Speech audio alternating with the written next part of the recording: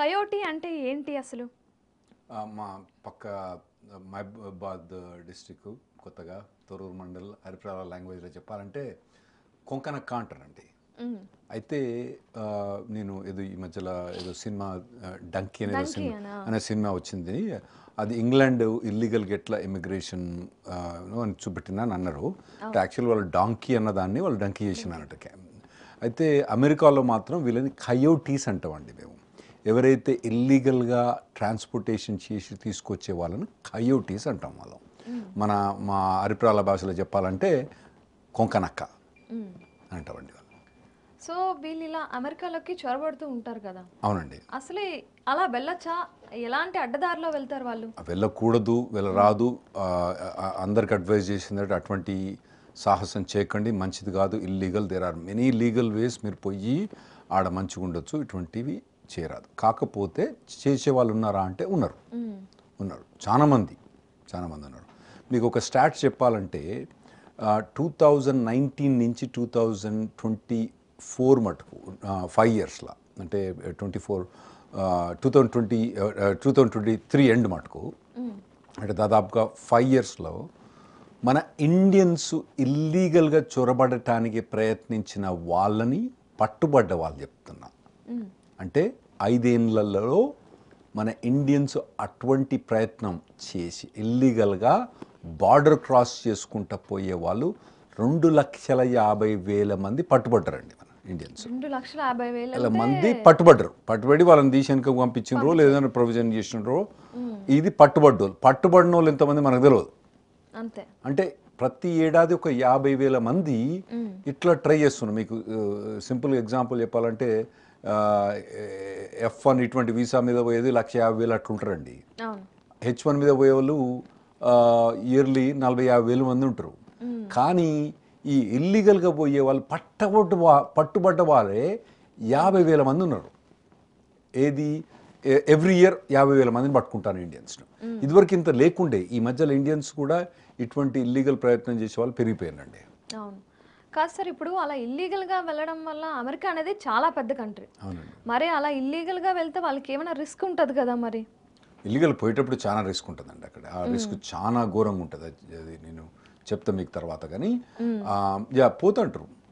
ఈ పట్టుబడ్డ వాళ్ళ గురించి, ఇది పట్టుబడ్డ వాళ్ళు ఇచ్చిన స్టాట్స్, గవర్నమెంట్ చెప్పిన ఇన్ఫర్మేషన్ ప్రకారం 50,000 మందిని, అంటే ఏడాదికి 50,000 మందిని మేము ఇండియన్స్ పట్టుకుంటామని చెప్తాను వాళ్ళు. అక్కడ చెప్పి వాళ్ళ స్టాట్స్, వాళ్ళకి అవన్నీ డాటా ఇస్తాను. ఓకే. సో మన ఇండియా నుంచి ఏ ప్లేసెస్ నుంచి ఎక్కువగా అటువైపు వెళ్తున్నారు? అంటే ఏ స్టేట్? నార్మల్గా ఇవంతా ఎక్కువ మేము నార్త్ ఇండియా నుంచి ఎక్కువ చూస్తామండి. నార్త్ ఇండియా, తర్వాత వెస్ట్ గుజరాత్, అటువంటి స్టేట్స్ నుంచి ఎక్కువ ఇల్లీగల్గా పోయే వాళ్ళని చూస్తామండి. మన సౌత్ రాష్ట్రాల నుంచి చాలా తక్కువ మందిని చూస్తామండి. పంజాబు, తర్వాత గుజరాత్, తర్వాత హర్యానా, ఇవి ఎక్కువ చూస్తామండి. కొంత ఉత్తరప్రదేశ్ అక్కడి నుంచి కూడా చూస్తాం. ఎక్కువ పంజాబ్, గుజరాత్ వీళ్ళు ఎక్కువ మందిని చూస్తామండి నార్మల్గా. కాదు సార్, ఇప్పుడు చక్కగా డబ్బులు ఖర్చు పెట్టి చదువుకొని ఎగ్జామ్స్ పాస్ అయ్యి వెళ్ళొచ్చు కదా, మరి వాళ్ళు ఎందుకు అలా అడ్డదారిలో వెళ్తున్నారు? అంటే ఇక మనకు అక్కడ కల్చర్ ఎట్లుందో నాకు ఎక్కువ అంత అవగాహన లేదు. కానీ ఇన్ జనరల్గా ఎడ్యుకేషన్ కొద్దిగా నార్త్లో తక్కువ అని అంటారు. మరి వాళ్ళకు ఎందుకు అట్లా చేస్తారో నాకు తెలియదండి. మరి ఇప్పుడు వాళ్ళకి అక్కడ, నేను ఒకసారి పంజాబ్ పోయినండి. నేను ఆడ పోయి చూసిన అన్ని వీసా సెంటర్స్, వీసా ప్రొవిజన్స్ అవన్నీ డబ్బాలు ఉన్నాయండి. చిన్న చిన్న డబ్బాలు కట్టుకున్నారు. అయితే నేను ఎంక్వైరీ చేసింది ఏంటంటే, వాడు ఫోన్ చేసి ఉంటేనే అడిగినండి, ఇట్లా నేను అమెరికా పోదామని ఏందని. వాడు సింపుల్గా అడుగుతాడు, లీగల్గా అయితే ఇన్ని పైసలు, ఇది ఇవన్నీ ఎగ్జామ్ రాయాలి, ఇల్లీగల్గా అనుకో ఇన్ని పైసలు అంటాడు వాడు. అంటే ఇల్లీగల్గా ఎట్లా అంటే వాడు ఈ రాస్తా చెప్పిండు, కయోటి చెప్పిండు వాడు నాకు. ఓకే. సో ఇల్లీగల్గా ఏమైనా డబ్బులు ఏమైనా తగ్గుతాయంటారా కొంచెం ఏమైనా? అసలే ఇల్లీగల్గా పోవడానికి చాలా కాస్ట్ పడుతుందండి వీళ్ళకు. లీగల్గా పోవడానికి ఒక పర్సన్ లీగల్గా పోయి మాస్టర్స్ డిగ్రీ కంప్లీట్ చేయడానికి దాదాపు ఒక 50 లక్షలు ఖర్చు అయింది అనుకుందాం. వీడు ఇల్లీగల్గా పోయటానికి కూడా అంతే ఖర్చు అయింది వీనికి. ఏది ఎంటర్ కావడానికి. మనోడు లీగల్గా పోయి ఎయిర్లైన్ టికెట్ తీసుకొని, అడ్మిషన్ తీసుకొని, కాలేజ్ పోయి 2 ఏళ్ళు కాలేజ్ చేసి కంప్లీట్ అవుతామని 50 లక్షలు ఖర్చు అయింది. వీడు ఇల్లీగల్గా పోవడానికి కూడా దాదాపుగా అంతనే ఖర్చు అవుతుంది వీళ్ళకు. ఓకే. సో అసలు ఈ ప్రాసెస్ అనేది ఎక్కడ మొదలవుతుంది? నార్మల్గా ఏంటంటే వీళ్ళు ఈ ఏజెంట్స్ ఉంటారు ఇక్కడ ఇండియాలో, ఈ రోగ్ ఏజెంట్స్ అంటారు. అంటే వీళ్ళు వీసా డబ్బా పెట్టుకుంటారు. పెట్టుకొని మరి వాళ్ళకి ఎట్లా కనెక్షన్ ఉంటుందో నాకు అంత ఐడియా లేదు.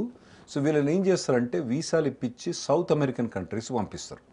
సౌత్ అమెరికన్ కంట్రీస్ అంటే మీకు ఇప్పుడు అమెరికా అన్నది అంటే యునైటెడ్ స్టేట్స్ ఆఫ్ అమెరికా అన్నది దానికి కనెక్టెడ్ నేషన్ ఏంది, సౌత్లో మెక్సికో ఉంటుందండి. Mexico US border 3,500 kilometres. అందులో ఎడార్లు ఉన్నాయి, జంగళ్ళు ఉన్నాయి, రివర్స్ ఉన్నాయి, కాలువలు ఉన్నాయి, గుట్టలు ఉన్నాయి, అన్నీ ఉన్నాయి అన్నట్టు. అటువంటి 3,500 కొన్ని జాగాలలో అయితే అక్కడ అసలు 100 కిలోమీటర్ దాకా ఎవడు కనబడాడు. అంత అంత అంత ప్లేస్లు ఉన్నాయి, అటువంటి ప్లేస్లు ఉన్నాయి. సో అవన్నీ యుఎస్ మెక్సికో బార్డర్ అండి, అది 3,500 కిలోమీటర్స్ బార్డర్. తర్వాత మెక్సికో సౌత్లో మీకు ఇవి ఉన్నాయండి, గౌతమేలా, ఇవి మిగతా కంట్రీస్ అయినా ఉన్నాయన్నట్టు. వీళ్ళని ఆ కంట్రీస్కి నార్మల్గా మెక్సికో కూడా తీసుకు వీళ్ళ వీసా ఇవ్వదు. ఆ వేరే కంట్రీస్ నుంచి వచ్చి అక్కడి నుంచి వీళ్ళు మెల్ల ప్రయత్నం చేసి ఇట్లా యుఎస్ బార్డర్కి వస్తారండి వీళ్ళు, ఇల్లీగల్గా వచ్చేవాళ్ళు. సో ఆ దారులన్నీ కూడా మొత్తం అడవులు అవి ఇవి ఉంటాయి కదా. అవునండి. మరి అలాంటి ప్లేసెస్లో వెళ్ళేటప్పుడు రిస్క్స్ అవి ఉంటాయి కదా. మరి ఇక వీడు నిండా మునిగిపోతాడండి పోయేటోడు. నార్మల్గా నేను వాళ్ళతోటి వీళ్ళు ఇల్లీగల్కి వచ్చిన వాళ్ళతో మాట్లాడిన వాళ్ళు చెప్పిన కథలు ఏంటి హారబుల్ స్టోరీస్ అండి. సో వీళ్ళను నార్మల్గా వీళ్ళకి మొత్తం ఇక్కడ ఉండే దొంగ ఏజెంట్ ఎవడైతే ఉంటాడో వాడు మొత్తం డీటెయిల్స్ చెప్పడు. వాడు ఏమంటాడు, ఓ 10,000 ఇస్తే నేను తీసుకుపోయి అమెరికాలో పడేస్తా అని వాడు ఏదో అంటాడు. అని ఏం చేస్తాడు, వీడు 1 పైసలు ఇచ్చి అక్కడికి ఏదో సౌత్ అమెరికన్ కంట్రీస్ పంపిస్తారు. పంపించిన తర్వాత వాడు ఏం చేస్తాడు, అక్కడ పోయిన తర్వాత ఇక వాడే ఎత్తుకోవాలి ఎట్లా అన్నది. అయితే వీళ్ళను అక్కడ పోయిన తర్వాత ఫస్ట్ ఏం చేస్తారు, వీళ్ళు ఒక జంగల్ పోయి, ఎందుకంటే మెయిన్ రోడ్స్ నుంచి అమెరికా పోతే మొత్తం ఇన్స్పెక్షన్స్, పోలీసు, మిలిటరీ ఉంటుంది కాబట్టి అందు నుంచి పోరాదు. వీళ్ళేంది దొంగ రస్తా నుంచి పోవాలన్నట్టు. ఈ దొంగ ఏరియా నుంచి దొంగ రస్తా నుంచి పోయేటప్పుడు ఏమైందంటే ఫస్ట్ వాడు పోగానే వాడు వీళ్ళు మొత్తం కొట్టి తన్ని మొత్తం ఉన్నాయన్నీ ఉడవిక్కుంటాడు. ఇంక బట్టలు తప్ప ఇంకేముండే వానికి అన్ని ఉడవిక్కుంటాడు. ఉడవిక్కున్న తర్వాత వీడికి అప్పుడు అర్థమైంది, ఊరే నాయన ఇక జంగల్లో చిక్కినవరా అని. అయితే వాళ్ళు అప్పుడు ఏం ప్లాన్ ఇస్తారంటే, ఇప్పుడు సౌత్ అమెరికా ఏదో కంట్రీ నుంచి ఉన్నారనుకోండి, ఏ నుంచి బి తీసుకోపోవాలంటే వానికి పైసలు ఇవ్వాలి. పైసలు ఇస్తే ఏం చేస్తాడు, పైసలు ఇచ్చిన తర్వాత వాడు మనకు పని చేయడు. వాడు దిక్క ఏమన్నాడు, వాడు అసలే దొంగోడు వాడు పైసలు ఇచ్చిన అనుకో పని చేయడు. అయితే వీళ్ళు అప్పుడు ఏం చేస్తారంటే, ఏ నుంచి బి స్పాట్కి పోవాలంటే వానికి మొదలు ఒక డబ్బులు ఇచ్చి మా ఓన్ని బి స్పాట్కి తీసుకుపోతే నీకు ఇంకా ఎక్కువ పైసలు ఇస్తాను వాళ్ళకి ప్రామిస్ చేస్తారు. మొత్తం పైసలు పంపరు. అంటే ఇక్కడ వీళ్ళు చుట్టాలు వాళ్ళు ఉంటారు కదా, ఈ పంజాబ్లో కానీ గుజరాత్ ఉండే చుట్టాలు, వాళ్ళు ఏం చేస్తారంటే ఆ ఏ స్పాట్కు కొంత $1 పంపుతారు, $100 పంపుతారు. ఏ నుంచి బి పోయిన తర్వాత నీకు $2,000 ఇస్తారా అని వాళ్ళకి ప్రామిస్ చేస్తారు అన్నట్టు. వీడిని ఏం చేస్తాడు, ఏ నుంచి బి ట్రాన్స్పోర్ట్ చేసి వాడిని జైల్లో పెట్టినట్టు పెట్టి మళ్ళీ వీడు 2,000 వచ్చిన తర్వాత వాడిని అక్కడ వదిలేస్తాడు. మళ్ళీ బి నుంచి మళ్ళీ సికి మళ్ళీ వేరే వాడిని పట్టుకోవాలి. ఇక తిండి లేక తిప్పల లేక హరి గోసండి వాళ్ళు. మళ్ళీ బి నుంచి సికి పోతారు. అట్లా సి నుంచి అట్లా పోకుండా లాస్ట్కు యుఎస్ బార్డర్కి వచ్చి అప్పుడు వీళ్ళు ఎంటర్ కావడానికి ట్రై చేస్తారండి. అందులో ప్రతి ఏడాదికి 50,000 మంది మన ఇండియన్స్ పట్టుబడుతుండ్రు. పట్టుబడ్డారు అంటే మళ్ళీ గోవింద మళ్ళీ వెనక ఫస్ట్ నుంచి మళ్ళీ ప్రాసెస్ అంతా మొదలు పెట్టాల్సిందేనా? అంతే కదా, మళ్ళీ ఇండియాకి వచ్చేస్తారు. అంటే ఇది 50,000 అనేది తెలిసిన లెక్క మాత్రమే, నాకు తెలిసిన లెక్క. ఆ గ్యాప్ లో మరి చనిపోయిన వాళ్ళు లేకపోతే ఇంకేదో చనిపోతే అడ్రస్ ఉండదు, ఏముండదు అక్కడ, తెలియదు వాడు ఎక్కడ ఉండడో తెలియదు, ఏమో తెలియదు అని రిస్క్ అయితే ఆడపోయి ఆ తిండి లేకుండా ఏం లేకుండా వాంతడైనా కొట్లాడ పెట్టుకుంటే చంపేసిన కానీ దిక్కులేదు. అవన్నీ కొద్దిగా ఆ దొంగ రూట్లు అన్నీ కూడా డ్రగ్ రూట్స్ అంటారు. ఎక్కువ ఈ డ్రగ్స్ ఎక్కువ పోతుంటాయి కాబట్టి అక్కడ ఏం కంట్రోల్ ఉండదు. అక్కడ ఇక వాడిని చంపినా కూడా దిక్కులేదు, ఏం చేసినా దిక్కులేదు అన్న. సార్ ఇప్పుడు ఓన్లీ ఈ అబ్బాయిలు ఈ మగవాళ్ళే కాకుండా కొందరు ఫ్యామిలీస్తో కూడా వెళ్తున్నారని విన్నాను. అంటే న్యూస్లో చదివాను ఏంటంటే ఒక ఫ్యామిలీ 2 పిల్లలతో కలిపి వెళ్ళి ఐస్లో కూరుకొని చనిపోయారు ఏ దిక్కు లేకుండా అని. అంటే ఆడవాళ్ళని కూడా తీసుకొని వెళ్తున్నారా వీళ్ళు? కొందరు వాళ్ళు మరి ఏజెంట్లు ఏం చెప్తారో వాళ్ళకు ఏందో తెలియదు కానీ కొందరు ఆడవాళ్ళని కూడా చూసినండి, వాళ్ళైతే చెప్పే స్టోరీస్ మహాఘోరం అండి. వాళ్ళని ప్రతి ఒక్క దగ్గర సెక్సువల్ అబ్యూస్ చేసి వాళ్ళు యూఎస్కి వచ్చే వాటికైతే ఏడుస్తారండి. అబ్బా వాళ్ళ బాధలు వాళ్ళు ఇంటనే బాధ అనిపిస్తుంది. అంత ఘోరంగా వాళ్ళ మీద బిహేవ్ చేస్తారండి. కానీ వాళ్ళు మరి ఒకటేం అర్థం కాదంటే మరి ఎందుకు వస్తారనేది ఫస్ట్ అడిగితే మాకు తెలియదండి ఇట్లయితే అని, మాకు వాడు వేరే చెప్పిండని, వాడు మోసం చేసిండని, వీడు మోసం చేసిండని ఏడుస్తూనే ఉంటారు వాళ్ళైతే. అవును. అంటే ఈ ఇక్కడ ఉన్న ఏజెంట్లు చెప్పేటప్పుడు ఇలా వెళ్ళిపోవడమే ఆ, పూలబాట ఆ, అన్నట్టు చెప్తారు కానీ పూలబాట మాదే చెప్తారు. అంత ముళ్ళ మార్గమే ఉంటది. అవును. ఎవడో ఒకడు అట్లా పూల బాటలో పోయి ఉండవచ్చు, మనకు తెలియదు. వాడు కానీ అక్కడ డబ్బులు 90% ఆఫ్ ద సంపాదించాడు. పీపుల్ 98% ఆఫ్ ద పీపుల్ ఇదే బాటలో పోతారండి, నేను చెప్పిన ఓకే. బాటలో పోతారు. ఇప్పుడు ఇక్కడ నుంచి అమెరికాకో కెనడాకో వెళ్ళిపోయారు అనుకుందాం. అక్కడ వెళ్ళిపోయాక మరి వాళ్ళు చెక్ చేయరా మీరు ఎందుకు వచ్చారు ఇక్కడికి అని అడుగుతారు కదా ఒక్కసారి మామూలుగా. లోపలికి పోయిన తర్వాత, అంటే వాళ్ళు ఒక్కొక్కసారి యుఎస్ బార్డర్ టౌన్స్ దాటిన తర్వాత, బార్డర్ టౌన్స్లో ఏమో మొత్తం చెకప్స్ ఉంటాయి మీకు. అవును. యుఎస్ సిటిజన్స్ అయినా వాళ్ళందరూ కూడా మమ్మల్ని కూడా పోయి అడుగుతారండి, ఏది మీరు ఎక్కడి నుంచి వస్తున్నారు, ఏంది మీ పేపర్స్ చూపెట్టని అడుగుతారు. ఒకసారి బార్డర్ టైం దాటిన తర్వాత, అంటే ఇప్పుడు మా హ్యూస్టన్ ఇన్నర్ సిటీ అన్నట్టు, డల్లస్ అటువంటి న్యూయార్క్, ఇక ఎవడు అడగాడు మనల్ని, ఓకే. ఎవడు అడగాడు, పేపర్స్ ఏం అడగాడు. మరి అక్కడికి వెళ్ళి వాళ్ళే రెస్టారెంట్లోనో ఎక్కడో పని చేసుకోవాలంటే వాళ్ళు మరి ఏమి ప్రూఫ్స్ అడగరా వాళ్ళని? కొన్ని రెస్టారెంట్స్, కొన్ని హోటల్స్, కొన్ని బిజినెసెస్ వాళ్ళు తెలిసి వీళ్ళని ఎంప్లాయ్ చేసుకుంటారండి, ఇల్లీగల్గా తెలిసి కూడా ఎంప్లాయ్ చేసుకొని క్యాష్ ఇస్తారు వాళ్ళకు. ఎందుకని అలా? ఇక అట్లా అలవాటు పడ్డది అక్కడ ఎకానమీ. అంటే తక్కువ రేట్ కి పని చేస్తారు వీళ్ళు. ఇంకోటి ఏంటంటే వీళ్ళు కొందరు ఏం చేస్తారంటే దొంగ సోషల్ సెక్యూరిటీ నెంబర్ పట్టుకొచ్చుకుంటారు. అంటే దొంగ సోషల్, ఇప్పుడు మన దగ్గర ఆధార్ కార్డు ఉంది కదా, అవును, పాన్ కార్డు ఉంది కదా, పాన్ కార్డు మాదిరి అక్కడ సోషల్ సెక్యూరిటీ నెంబర్ ఉంటుందండి. ఓకే. వాడు ఎవందో సోషల్ సెక్యూరిటీ నెంబర్ తీసుకొచ్చి వీడు వాడుకుంటాడు. వీడు చెక్ ఇస్తే ఆ చెక్ తీసుకుపోయి క్యాష్ చేసుకుంటాడు, బ్యాంక్ లేడు, ఓకే, ఆ క్యాష్ చేసుకుంటాడు. వాడు 100కి 5 రూపాయలు వాడు దొప్పుతాడు. మొత్తం ఫేక్ ఫేక్ అంటే ఈ fake identity fake identity create చేసుకొని ఆ బ్యాంక్ అకౌంట్ పోకుండా వాడు క్యాష్ చేసుకుంటాడు. కొందరు అట్లా ఉంటారు, కొందరు క్యాష్ పని చేసే వాళ్ళు ఉంటారు, కొందరు డైలీ లేబరర్స్ ఉంటారు. ఇప్పుడు మన దగ్గర ఇక్కడ లేబర్ అడ్డాలు ఉంటాయి కదా, అటువంటి లేబర్ అడ్డాస్ ఉంటాయి అన్నట్టు. ఇక్కడ మన దగ్గర లేబర్ అడ్డాస్ పోతే వాళ్ళు మంచిగా దొర మాదిరి కూర్చొని ఉంటారు, నాయన వస్తావారా అని అర్థం. అక్కడ లేబర్ అడ్డా మీద కారు తీసుకొని పోతే 100 మంది ఇట్లా మొత్తం ఎగబడతారండి.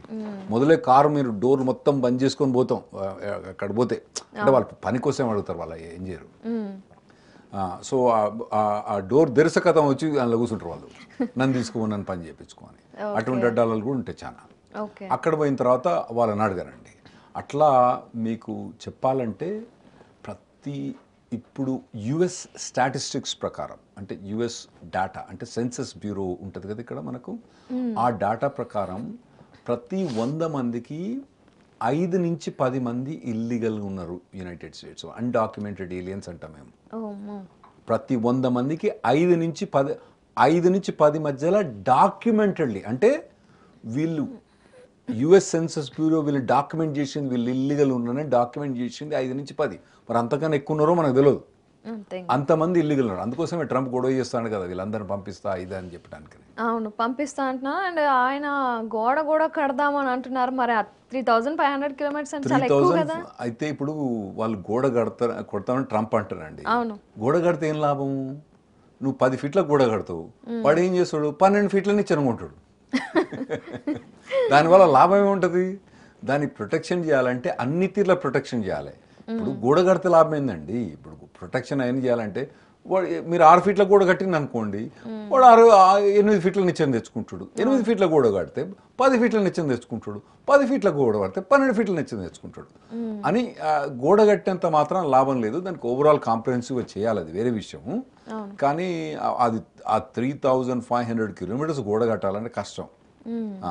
గోడ కట్టినా కానీ ఆవుగవు, కింద సొరంగాలు పెట్టుకొని పోతారు, పొక్కలు పెట్టుకొని పోతారు, నిచ్చెన వేసుకొని పోతాడు, అట్లా ఉంటాయి ప్రొవిజన్స్.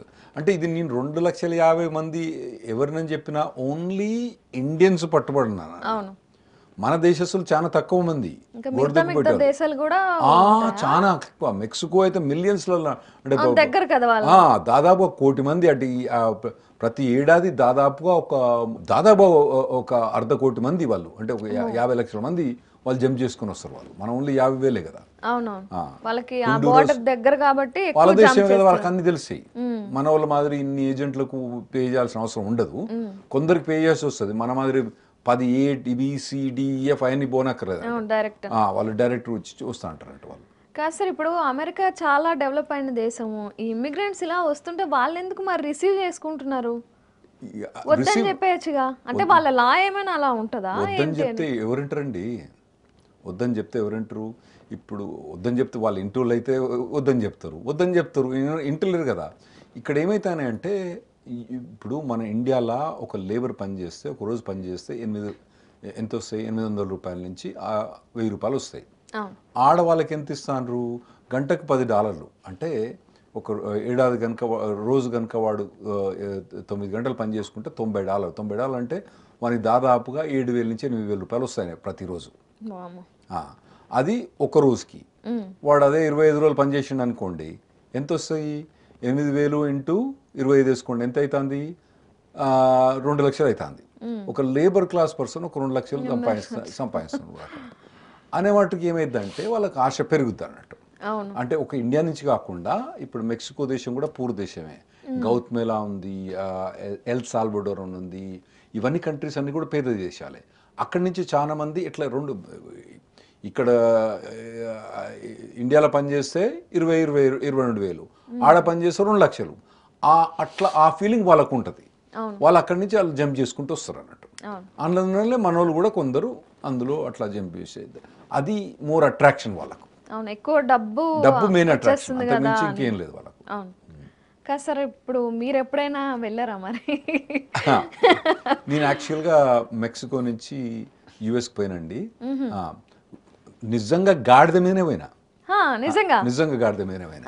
అంటే అక్కడ నేను మెక్సికోకి ఛాన్సాలు పోయినా, ఒక 10 సార్లు పోయినా. నేను యుఎస్ సిటిజన్, నేను ఇల్లీగల్గా ఎప్పుడు ట్రావెల్ చేయలేదు. కాకపోతే అక్కడ పోయినప్పుడు మరి జీబ్లో క్రాస్ అవుతారా, ఆడ కొద్దిగా రఫ్ రోడ్ ఉందన్నట్టు, జీబ్లో క్రాస్ అవుతారా గాడిద మీద క్రాస్ అవుతారా అని అడిగారు.